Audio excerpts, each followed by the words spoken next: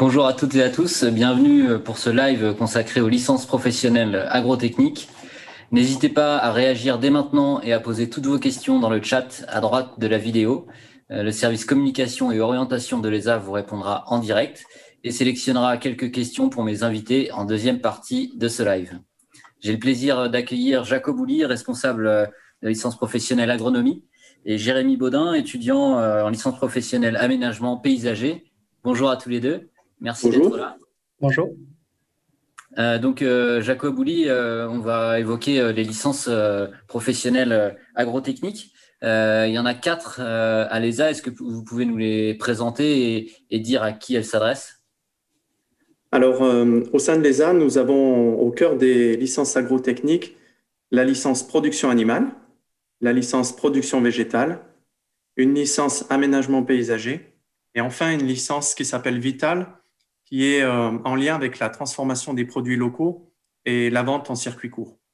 Elle s'adresse à tous les candidats ayant déjà 120 crédits ECTS, avec un projet professionnel qui se dessine ou déjà bien construit. Nos licences orientent vers le marché de l'emploi et on va dire sont en prise directe avec des entreprises. Donc oui, parce que c'est en un an, il faut rappeler que c'est en un an et que donc l'objectif c'est une insertion professionnelle rapide. L'objectif c'est exactement celui-ci, c'est-à-dire que nous on va apporter des compétences en plus des compétences techniques qui ont été acquises en BTS et ces compétences sont directement en lien avec les besoins des entreprises. L'objectif c'est de spécialiser des étudiants dans un objectif, on va dire, d'employabilité très rapide après la licence d'1 an. Les modalités de formation, ça peut... Alors c'est souvent quand même en alternance, hein. Alors, nous avons plusieurs modalités à l'ESA. Tout dépend de la licence à laquelle vous souhaitez candidater. Nous avons des formations initiales, nous avons aussi des formations par apprentissage et également la formation continue au contrat pro avec des financements Pôle emploi. La majorité des licences production animale et production végétale et aménagement paysager sont en formation par apprentissage, mais également avec certains étudiants qui font le choix d'être en initiale. Et la licence Vitale sur le circuit court et la transformation de produits, c'est essentiellement des contrats pro avec des profils des fois de financement par le Pôle emploi. Alors Jérémy, toi tu es en licence aménagement paysager. Est-ce que tu peux nous dire pourquoi tu as choisi cette licence et comment tu as trouvé ton alternance? Comment ça se passe pour toi? Eh bien, moi j'ai choisi la licence pro aménagement paysager parce que déjà avant j'avais fait un BTS en aménagement paysager au sein de l'ESA également. Et elle était venue un peu après mon bac. Je me suis demandé, je me suis posé la question de ce que je voulais faire plus tard. Et puis à ce moment-là, moi j'aimais bien jardiner, j'aimais bien dessiner. Je faisais du jardin chez des voisins, de la famille. Et donc, en regardant un petit peu sur Internet, j'ai pu découvrir en fait cette formation en aménagement paysager. Et puis, au fur et à mesure, et après avoir trouvé l'ESA, donc je me suis orienté dans cette filière. Elle me permettait effectivement de concevoir des espaces, des aménagements paysagers pour des particuliers. Et puis, pour moi, l'apprentissage permettait comment dire, de mettre un pas dans le monde de l'entreprise et de découvrir un peu ce milieu qui pour moi était inconnu. Et actuellement, est-ce que du coup tu peux nous parler de l'entreprise dans laquelle tu es, quelle taille c'est et puis quelles sont tes missions? Donc actuellement, je travaille en Vendée, près des Sables d'Olonne, pour l'entreprise M Paysage. Donc là-bas, je suis apprenti chargé d'affaires, c'est-à-dire que je suis amené à rencontrer les clients, voir un petit peu leur jardin actuel, ce qu'ils aimeraient en faire. Après, il y a toute une partie conception, réflexion, avec la mise en place de plans et puis de visuel 3D pour après présenter tout ça aux clients, faire des devis, commander les matériaux, commander les végétaux, et puis après s'occuper aussi de la surveillance du chantier et vérifier que tout aille bien pour le client et que le projet soit en adéquation avec les idées qu'il en avait. Jacob Ouli, la licence, elle permet, après par exemple un BTS, de pousser un peu plus à l'autonomie et les étudiants et peut-être après ce qu'ils prennent des postes avec un peu plus de responsabilité.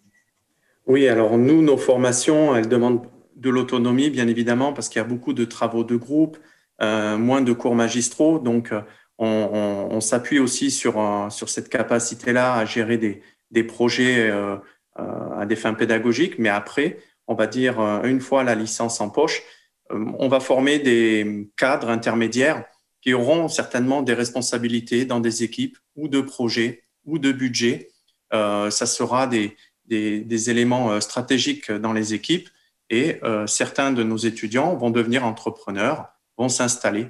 Donc, en termes d'autonomie, c'est vraiment par rapport au BTS, une évolution forte sur une année sur le rapprochement du monde professionnel, mais aussi un gain en autonomie, un gain en confiance. Nous, nos étudiants se posent toujours la question de leur légitimité pour conseiller des agriculteurs, pour intervenir aussi dans la conduite de chantier ou en bureau d'études. Après la licence, ils sont totalement légitimes puisqu'en fait, on les accompagne à avoir des compétences de communication, une plus forte compétence aussi de méthodologie, ce qui fait que derrière, on a des profils autonomes, mais aussi sur lesquels on peut compter en équipe et sur le terrain. Et dans les intervenants, il y a aussi beaucoup de professionnels qui viennent rencontrer et travailler avec les étudiants. Alors, ça fait partie du cadre des licences. Il y a un minimum à 25% des interventions qui sont faites par des intervenants extérieurs, professionnels, des pros. En plus du travail en autonomie, on fait énormément de visites. On participe aussi à des études avec des commanditaires professionnels. Donc, on est vraiment sur un terrain pro et les interventions pro, elles contribuent aussi à aider nos étudiants à se construire une identité professionnelle, un projet professionnel. Jérémy, c'est quelque chose que tu apprécies d'être en contact à la fois quand tu es sur le terrain, évidemment, mais aussi à l'école avec des professionnels? Ça permet vraiment de se rendre compte du milieu. Ça permet de vraiment joindre le côté technique et le côté pratique. C'est-à-dire qu'en entreprise, on ne doit pas être déconnecté de l'école, des cours, pour pouvoir toujours apporter le petit côté le petit côté nouveau dans une entreprise. Et puis, on ne doit pas perdre non plus l'aspect entreprise quand on est à l'école. J'ai envie de dire, la technique, c'est bien, mais il faut l'adapter à ce qu'on peut produire sur le terrain pour vraiment que ce soit optimal. Et donc, suivre des cours qui sont présentés par des professionnels, soit encore en activité ou des professionnels reconvertis dans l'éducation, ça permet vraiment de profiter de ce lien. Voilà. Et toi, tu te projettes déjà du coup dans le monde professionnel, comment tu imagines la suite? Moi, j'imagine effectivement rentrer à temps plein dans le monde professionnel à la fin de cette licence. C'était la raison pour laquelle j'avais choisi l'apprentissage, que ce soit pour la licence et le BTS, vraiment pour avoir une période de transition entre le monde scolaire et le monde de l'entreprise, pouvoir un petit peu s'adapter aux changements de rythme et donc après pour être, j'ai envie de dire, apte à travailler au sein d'une entreprise d'ici la fin de l'année. Jacob Ouli, il y a un très bon taux de réussite à la sortie de ces licences, d'insertion professionnelle aussi, et d'accompagnement pour trouver un premier premier emploi? C'est ça. Nous, à l'ESA, nos licences, elles sont avec des taux de réussite variables, mais qui sont supérieurs à 95%. L'insertion professionnelle, elle est excellente et surtout rapide. Ça se passe via les entreprises d'alternance qui souvent proposent des stages ou un contrat d'alternance, mais qui derrière sont aussi en phase de recrutement. Donc, elles embauchent leurs apprentis suite à la formation. Et puis, à l'ESA, on accompagne aussi les étudiants, que ce soit sur la recherche d'une entreprise d'alternance, mais aussi au premier emploi, avec un coaching personnalisé, puisque nous sommes en phase avec le marché de l'emploi. Hein. Nos formations sont aussi en prise directe avec les professionnels. Donc, on accompagne nos étudiants et puis on a aussi un réseau d'étudiants alumni. Oui, c'est ce que j'allais dire, oui, un gros réseau d'anciens étudiants. C'est ça qui est développé. Et on a un réseau de professionnels qui interviennent dans nos licences. Donc, derrière, ça peut être aussi des recruteurs. On a aussi un réseau dans la classe, hein, puisque c'est une diversité de profils d'étudiants qui peut se donner des petites informations sur l'emploi. Et on a aussi un outil développé à l'ESA, un Career Center, où on regroupe en fait l'ensemble des offres de stage, de CDD, CDI, et on le met à disposition de nos étudiants. Donc, c'est une interface sur laquelle, là aussi, nos étudiants peuvent mettre des CV et échanger directement avec les entreprises qui recrutent. Jérémy, tu as utilisé cette interface? Oui, je l'ai utilisé puisque au moment de chercher une entreprise pour ma licence, j'avais vu différentes offres qui sont plus ou moins internes donc à l'ESA. Donc l'entreprise où je travaille actuellement, en fait, a embauché ces 5 dernières années 2 étudiants en licence pro. Donc ces étudiants ont fait leur apprentissage en licence au sein de cette entreprise et ont été embauchés derrière. Et donc le patron, étant content de la formation, cette année a décidé de, entre guillemets, réouvrir ses portes à un étudiant. Et donc j'ai eu la chance d'être cet étudiant pour cette année. Et donc c'est grâce au réseau interne de l'ESA que j'ai pu trouver mon entreprise pour cette licence. Exactement. Il y a combien de salariés dans cette entreprise? Alors, il y a environ une vingtaine de salariés, 6 dans le bureau de conception et donc un petit peu moins d'une quinzaine sur le terrain en réalisation. D'accord. Et Jacob Bouilly, est-ce qu'on peut donner quelques exemples de débouchés selon les licences? Alors, par exemple, pour les productions animales et productions végétales, soit vous êtes acteur de la production, vous pouvez être agriculteur, vous installer, soit vous pouvez être dans des métiers en lien avec le conseil technique, conseil à la production. Vous pouvez être aussi dans des réseaux de coopératives ou dans de l'industrie, on va dire, agroalimentaire ou agrofourniture. Pour les métiers du paysage, Jérémy vous en a décrit quelques-uns. Conducteur de chantier, ça peut être aussi travailler dans un bureau d'études. Il y a énormément d'étudiants de l'ESA qui se mettent aussi à un moment donné entrepreneurs, donc qui créent leur entreprise. Pour la licence vitale, de transformation des produits locaux et vente en circuit court, les projets sont beaucoup plus centrés sur une prise d'activité ou monter un atelier de transformation au sein d'une exploitation, par exemple, mais ça peut être aussi en lien avec des industries de transformation de produits alimentaires, soit végétaux, soit d'origine animale. Il y a une grande diversité de métiers. Il faut se dire que nos licences, elles ciblent entre 5 à 10 métiers possibles, mais derrière, nos étudiants ont beaucoup plus de possibilités de rentrer, on va dire, dans des profils pro, tout simplement parce que ça en fait aussi des licences assez boîte à outils, assez couteau suisse en entreprise.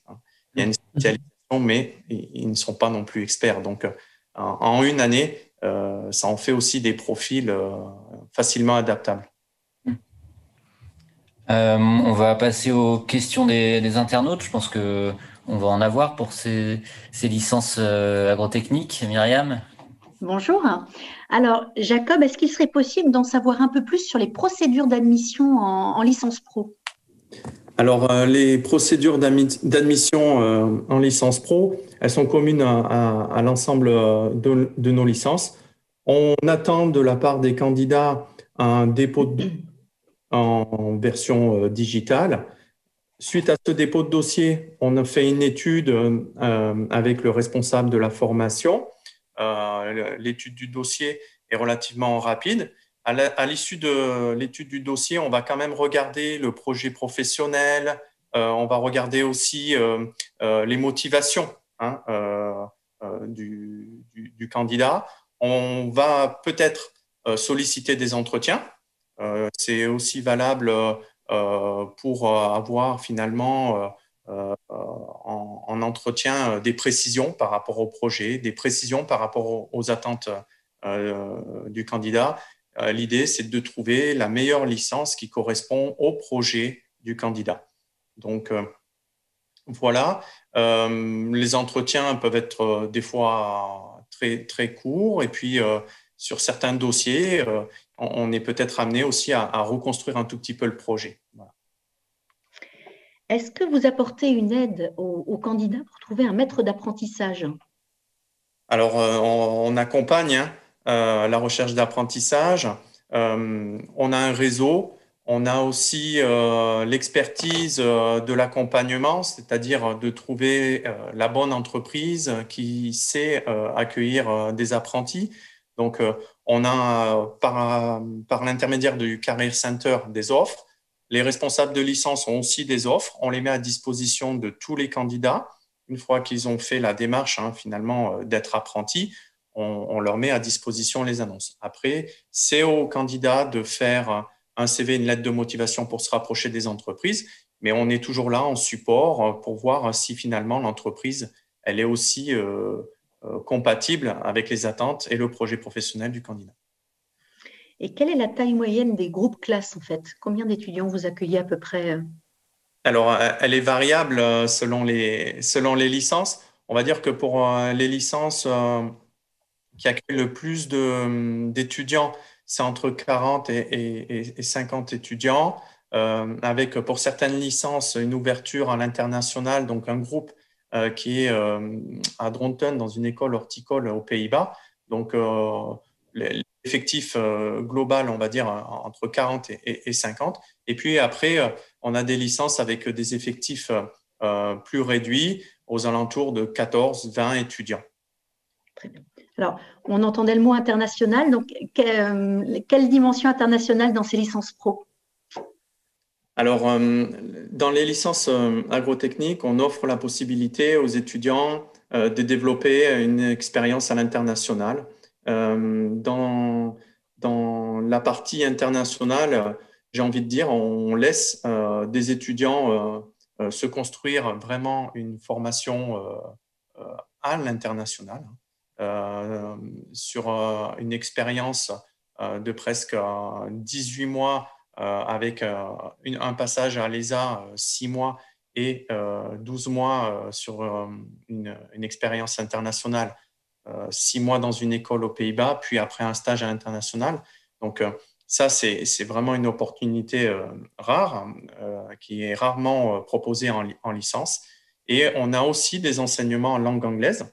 Par exemple, sur la licence production végétale, on offre la possibilité aux étudiants d'avoir certains cours en langue anglaise, ce qui permet soit leur retour des Pays-Bas, soit pour les étudiants qui ont choisi le cursus français, d'amener une compétence supplémentaire dans leur CV. Pratique d'un domaine technique en langue anglaise, c'est toujours apprécié en entreprise. Et y a-t-il un niveau d'anglais minimum requis pour pouvoir rentrer dans ces formations?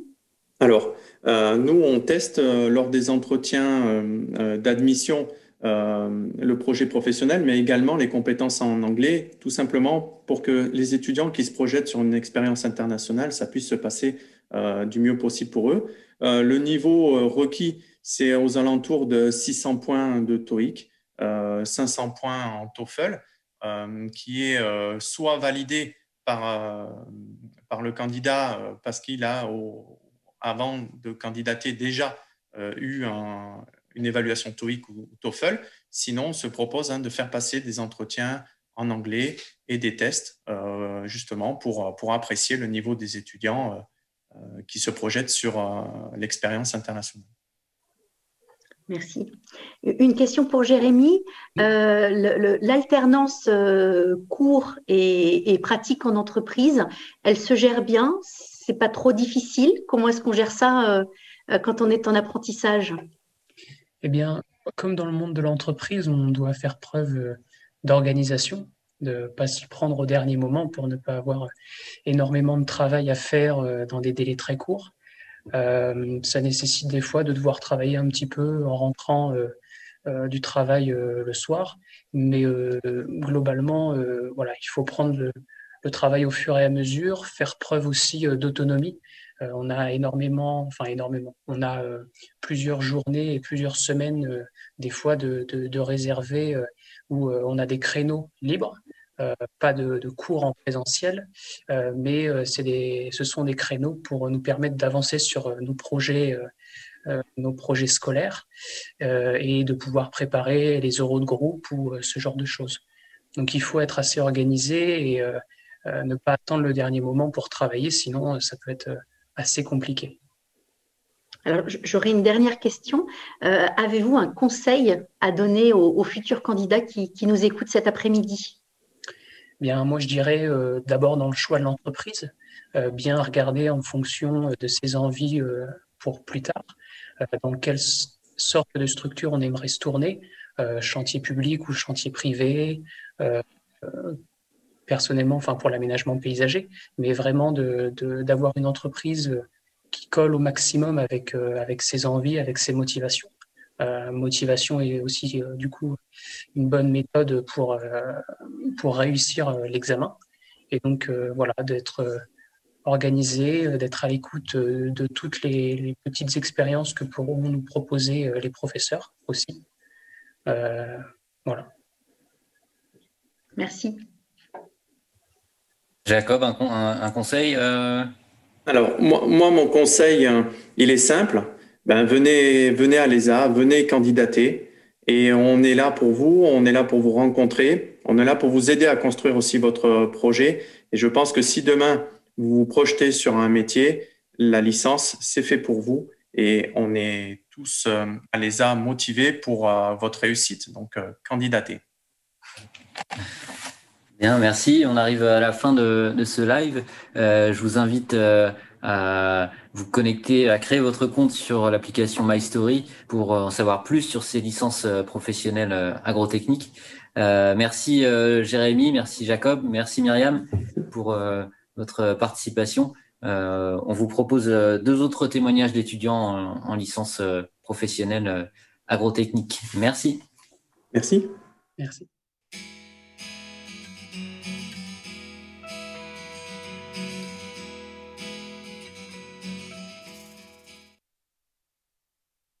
Donc, je m'appelle Isabelle Mouillard et j'ai 21 ans. Donc actuellement je suis chargée d'études et d'affaires dans une entreprise de paysage sur Nantes et je m'occupe de la conception pour les particuliers. Donc j'ai fait une licence infographie à l'ESA en alternance, donc qui dure 1 an. Alors moi je m'appelle Elodie Gaillard, donc j'ai 26 ans. Alors actuellement je suis en CDD en tant qu'assistante bureau d'études dans une entreprise de paysage du côté de Saint-Malo qui s'appelle Émeraude Jardin. Donc c'est une entreprise qui fait essentiellement des jardins particuliers. Moi j'ai fait la licence aménagement paysager opinfographie, comme Isabelle, en apprentissage également.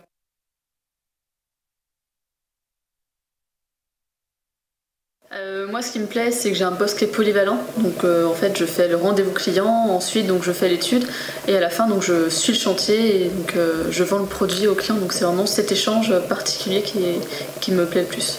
Moi ce que je trouve intéressant aussi c'est très varié comme tâche, ça peut aller de faire des croquis manuels, faire des plans sur les logiciels d'infographie et puis aussi faire un devis, un chiffrage, donc voilà c'est très varié et on s'ennuie jamais.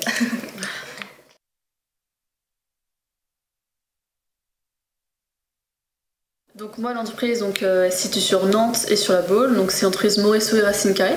Donc c'est une entreprise qui fait partie d'un gros groupe, donc le groupe Guéno. L'avantage d'être un gros groupe, c'est qu'on a la structure et la renommée qui nous permet d'avoir beaucoup de chantiers. L'avantage également, c'est qu'on fait du particulier mais aussi du marché public, donc ça permet toute une polyvalence en permettant de travailler avec des équipes qui sont pluridisciplinaires. Donc, moi, ça s'appelle Émeraude Jardin. C'est une entreprise assez familiale qui tend un peu à s'agrandir. Donc l'ambiance est assez conviviale, assez familiale en fait. Et donc on fait des jardins particuliers essentiellement. Donc sur toute la côte d'Émeraude, donc Saint-Malo, Dinard, Cancale, enfin toute cette zone-là, quoi.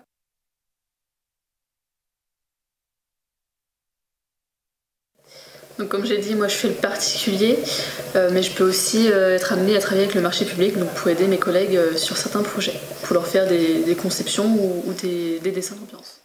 Nous c'est uniquement jardin particulier, on fait très peu d'appels d'offres, vraiment ponctuellement quand on fait appel à nous, et c'est que pour des entreprises, enfin jamais marché public, quoi.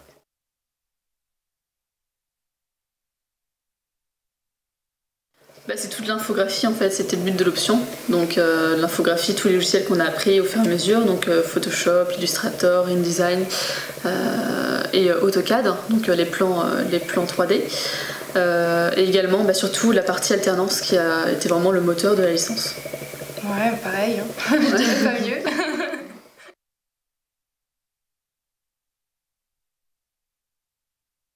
Une ambiance géniale avec des amitiés qui durent et une expérience qu'on n'oubliera pas.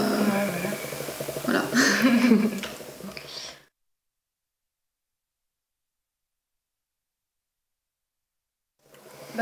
C'est quand même beaucoup de travail personnel, mais faut pas avoir peur.